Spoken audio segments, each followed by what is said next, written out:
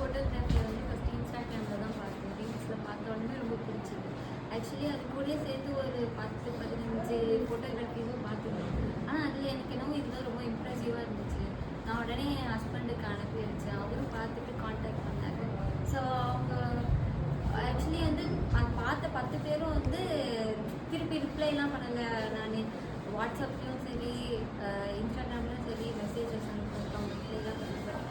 இந்த baby days மகா அப்படின்னு இருக்கிறவங்க வந்து எங்களை திருப்பி திருப்பி காண்டாக்ட் பண்ணாங்க, டீட்டெயில்ஸ் சொன்னாங்க. எனக்கு ரொம்ப பிடிச்சிருந்துச்சு. அந்த ஒரே காரணத்தினால தான் நாங்கள் இவ்வளோ தூரம் வந்து எடுத்தது.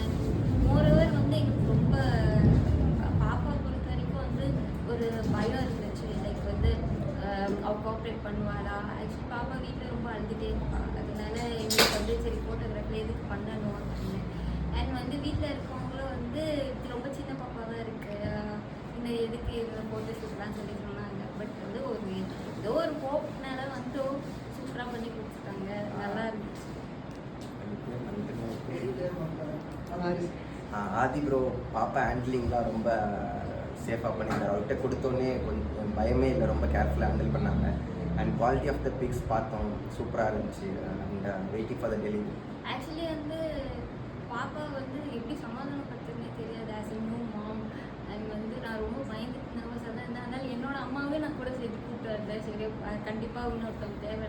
ஆனால் பாப்பா பக்கத்துலேயே ஃபோட்டோ ஷூட் நடந்ததுன்னு முடிகிற வரைக்கும் பக்கத்துலேயே நான் ஒரு வாரமாக உட்காந்து தான் ஆதி ப்ரோ தான் ஃபுல் பார்த்துட்டு நான் பார்த்துட்டேன் நல்லபடியாக பண்ணி கொடுத்துருக்காங்க. ஃபோட்டோ சொல்கிறாங்க அமேசிங்.